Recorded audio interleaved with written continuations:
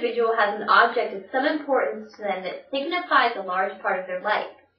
This artifact may be a variety of things, such as a wedding ring passed down through several generations, a lucky coin, or maybe even a piece of clothing that belonged to a family member who has passed away. In my case, however, it is a white, long-sleeve, newborn-sized kimono t-shirt.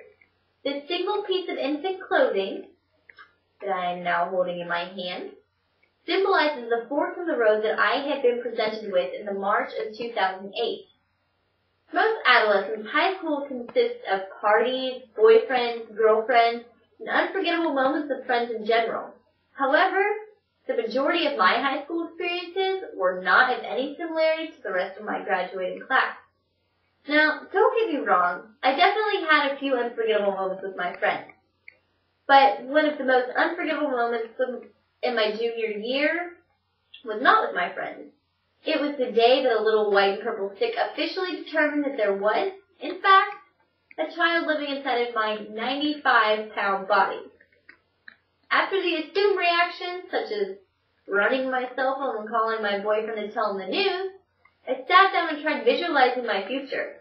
At the time, I was a very, very hard-working student who had never finished a class with less than a B, who had rarely ever failed a test, and who had plans to attend a university instead of a community college like I'm doing now.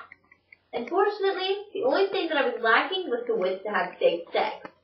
For all of you out there shaking your heads, yes, I now know that I should have stayed abstinent at such a young age. Every night after that, though, for nearly a month, I thought about the statistics that I've been presented with in middle school and in high school.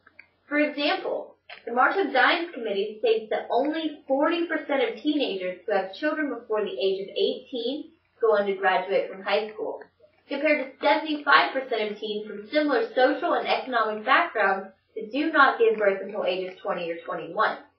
Being the determined young woman that I was, I told myself that I would not be another statistic for society to frown upon. I would do everything that I had to do to finish high school and further my own education. What I didn't know, however, was how hard it would be to break the news to my own family and my significant other's family.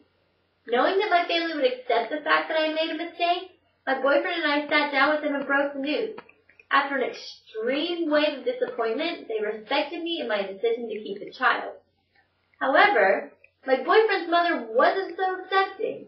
She told me that we were ruining our lives, mine in particular, and we weren't ready to raise a child.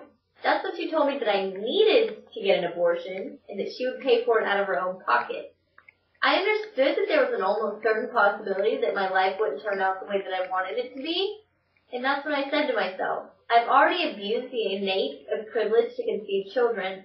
What kind of person would I be to abort the most beautiful gift that I could ever be given as well? Take the most from what you've got and make the best out of it, because this is the problem and the solution that you will never be able to live down. From that day on, I began to better my life for the sake of myself and my unborn child.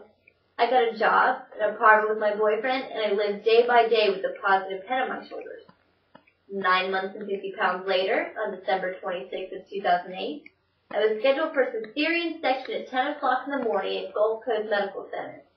After preparation for surgery, I was wheeled into a room and accompanied by my boyfriend.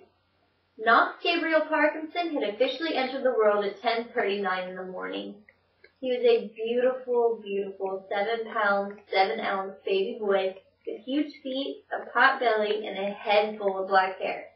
After his first bath, they placed him in this small white t-shirt that I hold in my hand. Then Knox and his father looked at each other, and we both knew that it was going to be a very long and bumpy road. Now, 15 months later, and I had beaten statistics. I graduated high school in May of 2009 from Moseley. Of course, my life did not go as planned, but I made the best of it, and now I have 2 things to look forward to every day instead of 1. 1 being my gorgeous son, and 2 being getting closer and closer to my educational goals that I've worked so hard to accomplish. I'm proud to say that I'm living proof that teenage mothers can make it in the real world. I just never said it was easy.